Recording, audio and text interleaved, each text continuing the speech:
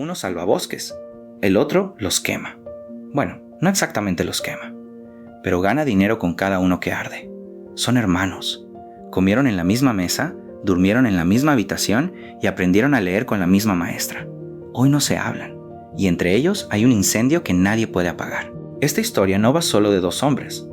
Va de una de las razones más incómodas por las que España arde año tras año. Porque para algunas personas, el fuego no es una tragedia, es una oportunidad de negocio. Se llaman Andrés y Néstor. Andrés tiene 39 años y lleva 15 como bombero forestal en Valencia. Néstor tiene 37 y es promotor inmobiliario en la costa. Esta es la historia de cómo dos hermanos que crecieron en la misma casa terminaron en bandos opuestos de la misma guerra. Crecieron en un pueblo de la comarca de la Safor, en el interior de Valencia. Un lugar de montañas, naranjos y bosques de pino carrasco. Y aquí conviene detenerse en ese árbol, el pino carrasco, porque tiene un papel clave en esta historia y en casi todos los incendios del Mediterráneo. Es un árbol perfectamente adaptado al fuego, pero de una forma inquietante. Es muy inflamable. Su resina arde con facilidad, sus agujas secas cubren el suelo como una alfombra combustible y guarda las semillas en piñas que se abren precisamente con el calor de las llamas. Es decir, el pino carrasco no solo sobrevive al fuego, en cierto modo lo necesita para reproducirse. Y cuando un monte entero es de pino carrasco mal gestionado, no es un bosque, es un polvorín esperando la chispa. Su padre era agricultor. Los dos hermanos crecieron entre huertas y caminos de tierra. Andrés era el mayor, serio, responsable, protector. Néstor era el rebelde, el que se saltaba las normas, el que siempre tenía una idea nueva, el que miraba la televisión y decía, «Yo quiero vivir así, con coche grande y piscina». A los 18, Andrés se presentó a las oposiciones de bombero forestal. Néstor se fue a trabajar con un constructor que levantaba chalets en la costa. Caminos diferentes, el mismo origen. Durante años, la relación se mantuvo. Navidades juntos, llamadas los domingos, fotos de sobrinos por el móvil. Hasta que llegó el incendio. Julio de 2022. Un fuego en la Val d'Ebo, en Alicante. Un mega incendio que terminó quemando más de 12,000 hectáreas. Uno de los peores de la historia reciente de la Comunidad Valenciana. Y fue precisamente uno de esos incendios nuevos, tan intensos que se comportan como una tormenta, con columnas de humo de kilómetros de altura y vientos propios que lanzan las llamas en varias direcciones a la vez. Contra un fuego así, la extinción convencional apenas sirve. Solo se puede intentar proteger a las personas y esperar a que las condiciones cambien. Andrés estuvo en primera línea durante 6 días, durmió 2 horas por noche. Vio cómo el frente se tragaba pueblos enteros, y vivió lo peor que le puede pasar a un bombero. Perdió a un compañero. Un hombre con el que había compartido cientos de guardias cayó por un barranco huyendo de un cambio repentino de viento, uno de esos giros que convierten en trampa mortal, un lugar que segundos antes era seguro. Andrés cargó con su cuerpo durante 2 kilómetros, ladera abajo hasta una carretera. Dice que todavía siente ese peso en los hombros, que hay pesos que no se sueltan nunca. Y aquí es donde las dos vidas se separan para siempre. Porque mientras Andrés cargaba un cadáver por un barranco, su hermano veía el mismo incendio en la televisión desde su oficina en la costa. Pero no vio lo mismo. Andrés vio muerte. Néstor vio una oportunidad. Para entender lo que hizo Néstor, hay que entender un mecanismo que es la raíz de muchos incendios en la costa mediterránea. Un terreno forestal, un monte con pinos, vale relativamente poco. No se puede construir en él. Pero un terreno urbanizable, donde sí se pueden levantar chalets con piscina a pocos kilómetros de la playa, vale una fortuna. La diferencia de precio entre uno y otro puede ser de 100 veces. Y en medio de esos dos mundos hay una palabra mágica: reclasificación. El cambio administrativo que convierte un monte en suelo edificable. Quien consigue que un terreno se reclasifique, multiplica su valor de la noche a la mañana. Precisamente para cortar la tentación de quemar el monte y luego construir sobre él, la ley española establece que un terreno forestal quemado debe mantener su condición de forestal durante décadas. En teoría, quemar no debería servir para construir. En la práctica, el sistema tiene grietas. Presiones locales, planes urbanísticos que avanzan despacio, terrenos que cambian de dueño varias veces hasta que se pierde el rastro del incendio, y una demanda insaciable de suelo en la costa. Y donde hay una grieta, siempre hay alguien esperando para colarse por ella. Una semana después de que el fuego se apagara, Néstor se reunió con un grupo de inversores. Compró parcelas quemadas en la zona. 300 hectáreas. A precio de ceniza. Literalmente.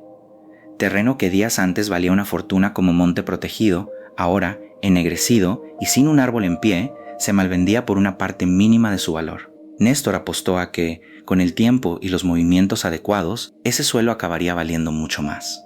Cuando Andrés se enteró, llamó a su hermano. La conversación duró 4 minutos. Andrés le preguntó si de verdad estaba comprando el terreno que él había estado 6 días apagando, el mismo monte donde había muerto su compañero. Néstor respondió que era legal, que no estaba haciendo nada malo, que era solo una inversión. Andrés colgó. No han vuelto a hablar desde entonces. ¿Cree Andrés que su hermano hizo algo malo? Su respuesta es larga y dolorosa. Dice que no sabe si su hermano hizo algo ilegal, probablemente no, pero que hay cosas perfectamente legales y perfectamente inmorales, que su compañero murió en ese incendio, que él cargó con su cuerpo y que 3 meses después su hermano estaba comprando parcelas donde ese hombre se había desangrado. Legal, quizás, justo, jamás. Después de aquello, Andrés empezó a investigar, y lo que encontró le quitó el sueño. Descubrió que el patrón se repetía por toda la costa mediterránea. Incendio, terreno devaluado, compra a precio de saldo, años de espera, presión urbanística y, al final, construcción. Descubrió que existían empresas, muchas con nombres que suenan a sociedad fantasma, creadas y disueltas en cuestión de meses, dedicadas casi en exclusiva a comprar terreno quemado y esperar. No es casualidad, dice Andrés. Es un modelo de negocio. Y su propio hermano formaba parte de él. Aquí hay que ser justos y contar la otra versión, la de Néstor, porque la realidad casi nunca es en blanco y negro. Néstor insiste en que él no puso ningún fuego, que no tiene absolutamente nada que ver con cómo empezó el incendio, y que lo único que hizo fue invertir en terreno barato, como haría cualquier inversor con cualquier bien devaluado. Si el terreno se revaloriza después, se pregunta, ¿es culpa suya?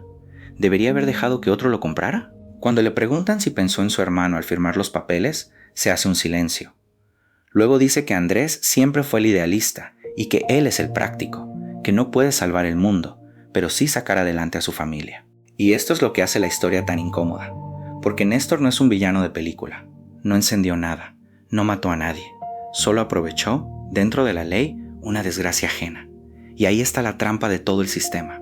No hace falta que haya un malvado prendiendo cerillas, basta con que quemar el monte, por la razón que sea, siga siendo rentable para alguien.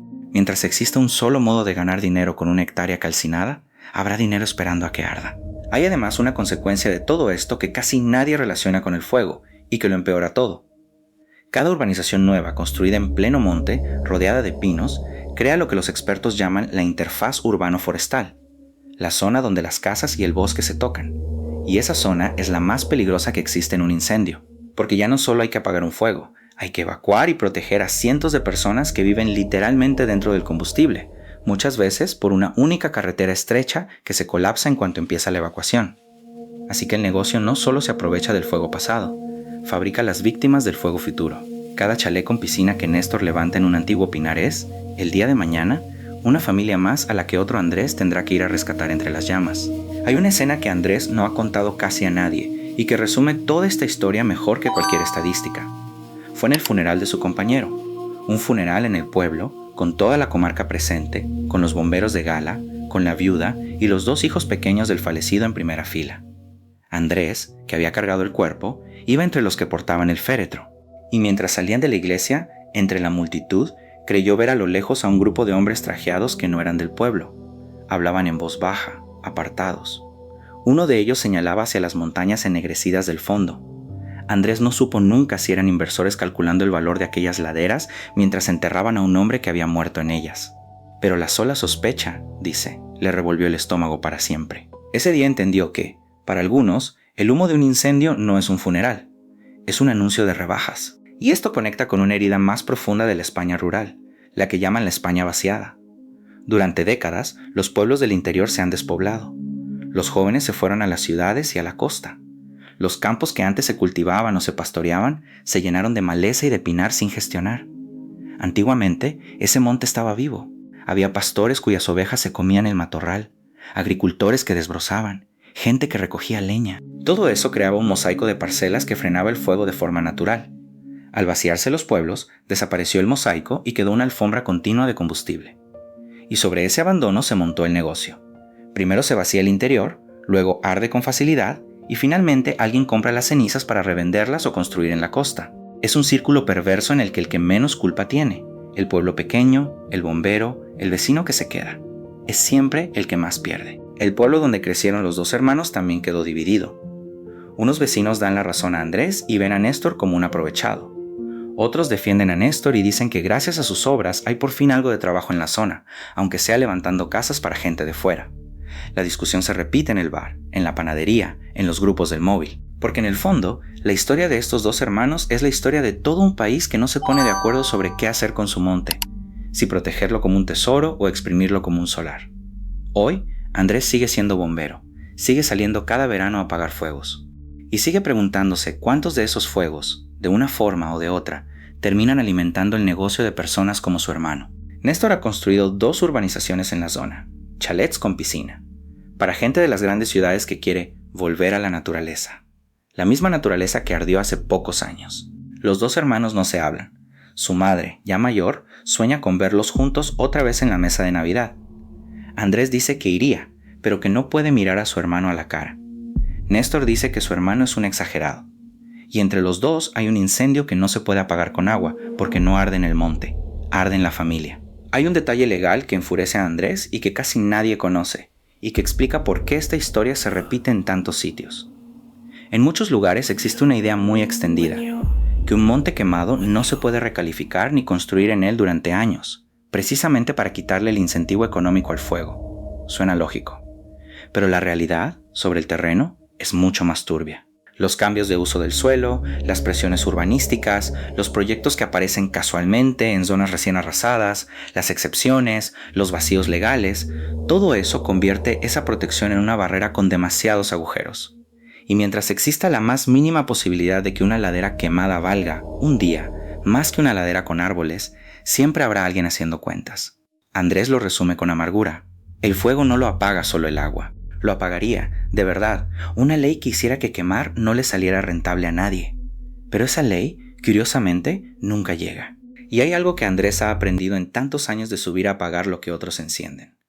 Que el enemigo real rara vez es el pirómano solitario y enfermo del que hablan las noticias. ¿Ese existe? Sí, pero es una minoría. El enemigo de fondo es más frío, más silencioso, más difícil de detener. Es el interés, el cálculo. La ladera que vale dinero, la especulación que espera su momento, el abandono que convierte el monte en un polvorín rentable para quien sepa esperar. Contra un pirómano se puede poner una denuncia. Contra un sistema que premia, aunque sea de forma indirecta, que el monte arda, no basta con bomberos. Hace falta voluntad política, y esa, dice Andrés, es la que siempre parece estar de vacaciones justo cuando más se la necesita. Si esta historia te hizo pensar, comparte. Deja en los comentarios con cuál de los 2 hermanos te quedas, con el que apaga el fuego o con el que lo aprovecha. Y suscríbete, porque hay más historias, así que nadie cuenta. Esto fue La Tierra Olvidada.